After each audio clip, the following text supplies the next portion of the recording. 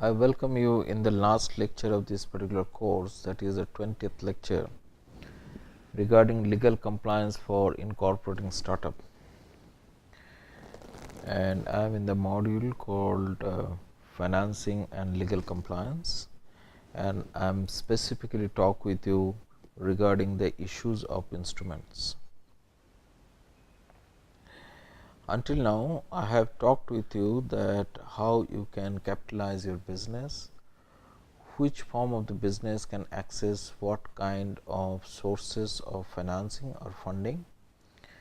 Then I have talked with you that how the venture capital or private equity finance the startup. Then I said if you wanted to go address the growth, or if you are already created a good balance sheet, you are in a good growth curve, then how you can raise your fund from the financial institution. Previous than this particular lecture, I talked about that what are the instrument you can use if you are going for issuing of this particular instrument in private placement and in primary market. Now, which I have talked with you before, that if you wanted to access the primary market, or if you are accessing the private placement, you are subjected to different regulation, and the moment you are accessing the primary market, it is a very stringent regulation, is very stringent. So, I am going to talk with you now what are the things you need to keep in mind, or what are the issues you should address before you are going to issue the securities in the primary market. Now, I believe you by now understood what is the meaning of the securities or the instrument. Securities means either you are issuing the equity or the debenture or the deposit, whatever it is, and the different kinds of them are basically called as a securities. Now, in this particular lecture, I am going to talk with you relating to the prospectus, then listing agreement, then SEBI guideline for initial public offer or follow public offer. Then I will talk with you SEBI market players, which are known as the intermediaries, and then continuous disclosure. Now, let me first start with the prospectus or offer document. And prospectus and offer document is basically those document which is required to prepare before you access this particular market. That means, it basically give a disclosure about the company, about the management, about the project which you want to initiate or for which you want to raise the fund, and the risk factor which is there within your business and which you might face when you will initiate this particular project, so much so forth. So, before you are going to offer this particular prospectus or offer document, you need to take the decision in the board for the public offer. That means, the board of director has to take that particular decision. Now, again please recall my talks. I have said that whenever we are talking about the primary market, we only talk about the public listed company, because public listed company and public unlisted company can access the primary market. Other organization cannot access this particular primary market. So, when I am going to refer the board, I am going to refer the board of directors of this particular public limited company, either listed or unlisted. Then you need to appoint a various expert agencies. These are generally the SEBI intermediaries, which I am going to discuss with you in detail. Then you need to enter into an underwriting contract. Underwriting contract means that somebody who is going to write the remaining part of the issue. That means, if you are making the issue of 100%, let us take an example of 100 crores of rupees. Then according to the SEBI regulation, there should be 90 crores should be subscribed by the people. If 90 crores has not been subscribed, then in that case the issue will fail. So, if your people has subscribed a substantial amount and there is a couple of percentage, like maybe 5% is not been subscribed by the people, then in that case underwriter is subscribe those particular part, and for these particular thing generally the premium has been paid by the issuing company. So, underwriting contract is very very important, and then you need to prepare a draft prospectus. Now, in case of what I have did in this particular slide, I have tried to provide the SEBI guideline for the IPOs, and you will find there is a long list of points which I have included within the slide. The company will not issue the security in the market if there is a certain condition which is prevalent, and I have listed here the 5. If the directors or promoter are barred from accessing the capital market, and there is a several time you will find this type of bar happen because the director is not able to pay back the interest of the debenture which they have raised before, or they have failed to pay the dividend when the dividend has been declared, or they have not complied with some of the regulations which have been prescribed either by SEBI or by some other regulator, and there is a stigma which is attached with this particular director, and all this particular matter has been recorded in the against the director identification number. In that particular circumstances, if the directors are there in your board, the company cannot go for issuing of the shares. The same thing for the promoters. Promoters also nowadays track that what is the reputation of this particular promoter in the market. Now, as I told you, if they are defaulter in payment of the interest of the securities or the dividend, then made an application in listed stock exchange, and until unless the listed stock exchange agrees to list your securities, and then you need to enter into agreement with the depositories. I am going to discuss with you who is a depositories a little later, and then if you all the equity shares are fully paid up or forfeited, that means whatever the equity shares which you have issued until now, they have fully paid up, and if it is not fully paid up, or if the people have not respond to the call, then those particular shares need to be forfeited. Now, the next one is you need to appoint a merchant banker. It can be one merchant banker or two merchant banker depending on size of the issue. If it is a very large size of the issue, then in that case you need to have a multiple merchant banker. Then merchant banker in consultation with the other intermediate with the company will appoint the other intermediaries. Now, I am going to talk about the merchant banker and other intermediaries little later in my discussion. And then you need to appoint the register who is in connection with this particular all this particular depository, or who is basically known as register to issue, who is examine this particular application.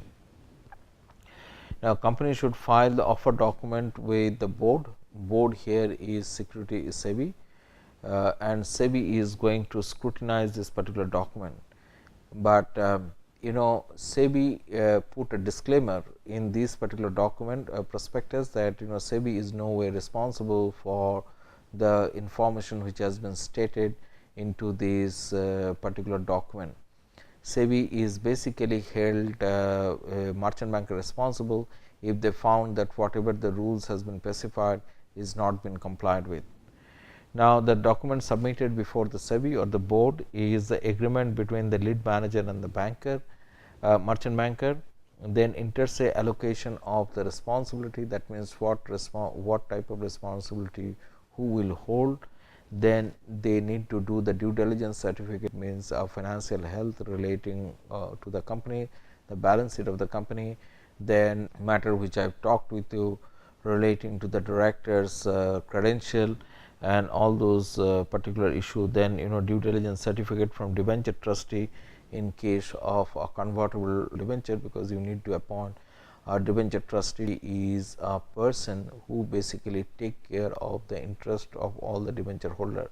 Rather, he make it sure that company do have that much of asset against which they are raising this particular loan. Otherwise, they will not allow to raise this particular loan as a debenture. So, debenture trustee is basically ensured the interest of all the debenture holder. Now, the copy of the resolution passed by the board relating to allotment of the security to the promoters, or the decision has been taken relating to raising of the capital. Now, let me talk with you quickly relating to the different market intermediaries.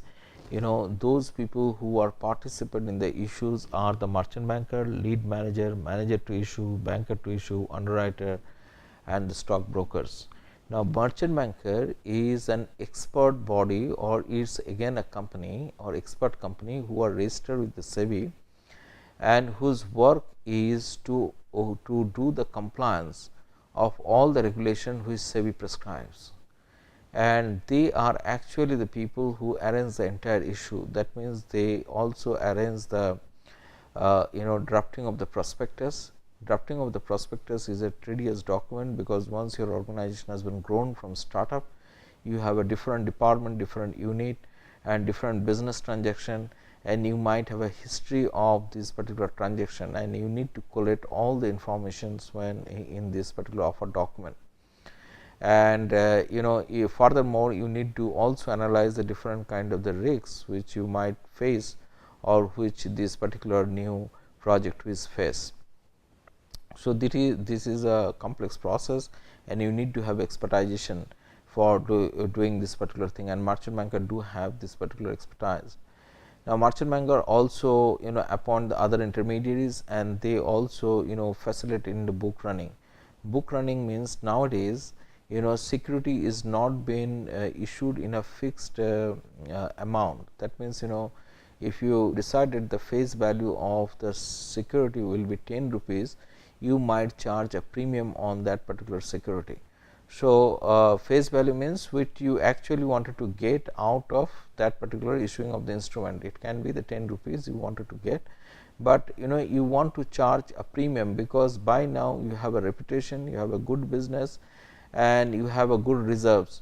So, you want some kind of a premium whoever is making the investment, because tomorrow when these particular shares will be listed in a stock exchange, they will be traded in a high volume. So, if people are capitalizing on these particular shares, the company who is also issuing this particular share, they also wanted to get a pie of that particular capitalization. So, that is called a premium. So, book running, through this particular book running, you decide what should be the premium for the issue, and how much should be the exact price of this particular securities. Then you need to talk with the lead manager. Now, lead manager is basically again facilitate in appointment of appointment and management of this particular issue, and they can also be in charge of the book running. Then manager to the issues are basically scrutinize the issue or the application. Banker to issues are generally take the deposit of application fees. Application fees means wherein you have to give the amount of the shares which you wanted to purchase from that particular company through the public issue. Like if the market value or the issuing price of the shares is decided in 200 rupees, and if you are interested to buy around 1000 shares, then it should be 200 into 1000 rupees you have to deposit in a bank as an application fees. So, banker to issues basically handle that particular issue. Then underwriter, I have talked with you, the person who basically underwrite the risks, and the stockbroker are those people who basically participate into trading of the shares in the secondary market. Now, apart from that, you will find that there is a other people with whom you have to create the relation, that is a stock exchange, where the moment issue is complete, your shares will be listed, and it will be traded into the stock exchange. Now, then there is a issuing house there. If it is a small issue, then in that case you issue the entire allotment to the issuing house, and issuing house basically perform all the intermediaries job. And now SEBI has mandated that if you are a public listed company, then in that case you cannot issue the securities in a physical form. It has to be in a dematted form or demutualized form. So, it should be a electronic form. and this particular electronic record is generally held by the depositories. Now, I have talked with you relating to the listing agreement in the beginning of my lecture, and before you go for issuing of the shares, you need to enter into a listing agreement with the stock exchange, and this is actually mandated under the Security Contract Regulation Act. And they also, it mandates that Security Contract Regulation mandate that there should be you need to enter into a listing agreement with the two stock exchange. One is a national stock exchange, another is a regional stock exchange. Now, national stock exchange are the BSE or NSE, and regional stock exchange are like Calcutta Stock Exchange, or Delhi Stock Exchange, or Ahmedabad Stock Exchange. So, in two stock exchange you need to enter the listing agreement, because if you are not entering into the listing agreement, then you cannot go for the issuing of the shares. And in which stock exchange you have entered with the listing agreement, that need to be specified into the prospectus or the offer document. Now, listing of the agreement is important from the perspective of the corporate governance, because you will find that there is a lot of emphasis relating to the good compliance. Lot of emphasis has been provided today relating to transparency and the accountability, and listing agreement clause 49 talks about all those particular issue, even though there is a majority of this particular information or compliance requirement has been added under the Companies Act 2013, but still you will find listing agreement played a very important role, because all the companies which are the public listed company, they need to submit the corporate governance report along with the annual report as a part of their annual compliance, and that is provided in the listing agreement. Now, let me talk with you relating to the type of prospectus. There are generally the name of this particular prospectus I have listed here, and prospectus are generally called an offer document also under the SEBI regulation. And then there is a red herring prospectus, means the prospectus which is incomplete with the information, and this incomplete information is the issue of the price, issuing price as well as the issuing date. So, these two information missing in case of a red herring prospectus, and otherwise it is a complete prospectus. Then you will find there is a self prospectus. Now, these particular self prospectus are basically issued by the public financial institutions. They make several issues in a year, so that they can fund a particular organization or particular startup or specific venture. So, if they are going to the market for several time, then in that case there is a not much change in the prospectus which has been prepared. So, that is the reason it called a self prospectus. That means, whenever you are required, you can reuse that particular prospectus by updating the information relating to the changes. Now, there is a prospectus memorandum or abridged prospectus. These are basically the small information which you are required to provide to with the application form, and you might say that you can go and access the entire prospectus into a designated website wherever it has been provided. Now, if you are going for a private placement, you are required to prepare the prospectus, and in that case it can be a simply statement in lieu of prospectus, which is little lesser stringent than that of the offer document or prospectus which I have discussed with you. Now, these are the steps which I have noted here relating to issuing of the shares, and you will find these issues of commencement of the business certificate is now taken away from the Companies Act, but the board has to talk about the initial public offer and then other intermediaries and all these things which I have talked with you. Now, in case of the content of the prospectus, you will find that you need to have a disclosure relating to the promoter, shareholding pattern, financing, and the business of this company, and the manner the capital will be used in a post issue. And at the same time, you are required to give the information regarding the post issue capital structure. That means, how much the promoter is going to hold in a post issue. Please do remember, the promoters of this particular companies are need to hold 20% in the post issue capital. That is a mandate, and so when you are going for IPO, you might require to increase your stake in that company by the new subscription. Now, I have talked with you the book building process few minutes back. The book building process is required to understand what should be the price or issuing price. That means, how much premium you should charge, and there is a kind of a process which you need to follow, and which I have listed into this particular slide itself.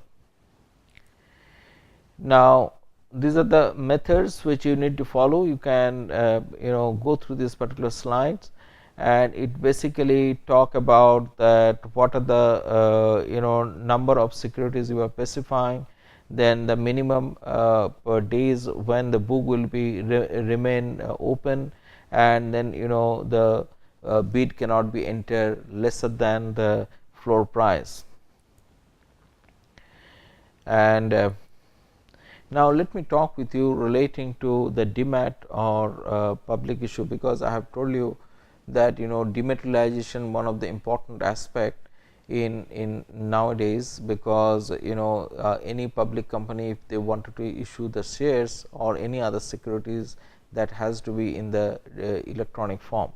And if you look into this particular diagram, what I did, I have basically indicated that the company need to issue the shares to the depositories, and a depository register of member will record the name of this particular depository to whom it has been issued.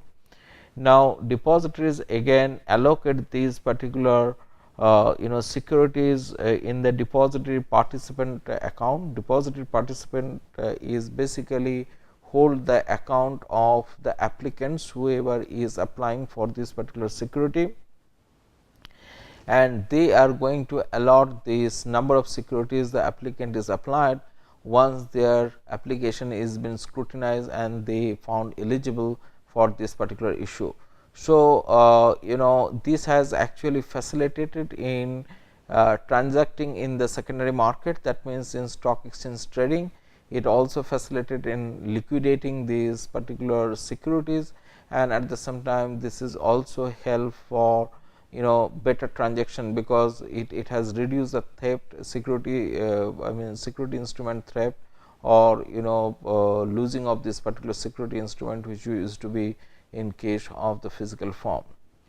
So, this is all about relating to the procedures which you need to follow relating to the issues of instrument, and this particular process is keep on updating and subject to changes. So, you need to make yourself updated, or you should take an advice from the professionals whenever you have decided to access the primary market, and primary market is a very complex job. So, you only go to the primary market when you are confident that you have grown to that extent that you can really raise that particular money, the amount of money. And at the same time, let me tell you, accessing the primary market is very costly affair. So, if you are not able to get a good premium against your security, going to the capital market primary market is no good, or for that matter, you are going to be lot of trust by going to the primary market. So, you should first find out the alternative source of finance which is available, and if you think that your financial appetite is more and which cannot be fulfilled by this particular alternative sources, then only you should go to the primary market. Thank you.